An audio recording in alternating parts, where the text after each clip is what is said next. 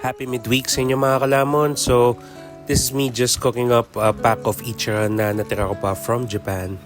Man, I miss Japan. And every time na nakakanasan ko yung longing for Japan, buti lang mayroon pa akong natitirang packs ng Ichiran to, just satisfy the longing. So, pagkatapos ng quick boil, bought some boiled eggs at nilagay siya dito sa aking bowl. Finished off with the powdered seasoning. Yes. It's not the same as the one in Japan, but it's close enough. Sir, hipan lang na konti. Kain habang mainit pa.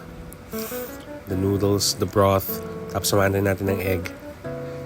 Man, kulang lang dito chashu at saka all those quiet noises mula sa Japan.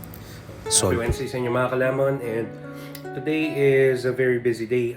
Time for recording, it's already 3 p.m. and just been busy with a lot of deadlines lang on top of preparing for my trip to Singapore.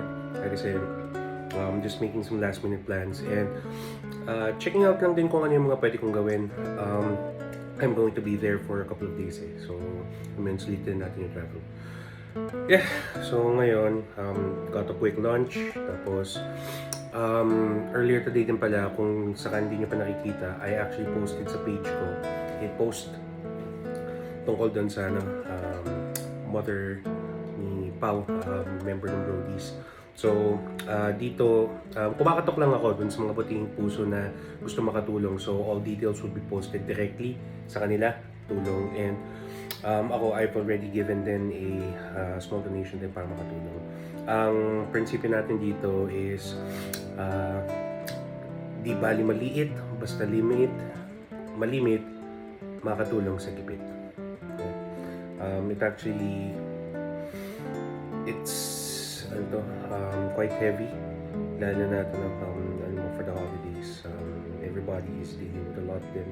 Kaya kung makakatulong tayo kahit paano para dun sa mga kaibigan natin, we do. Yeah.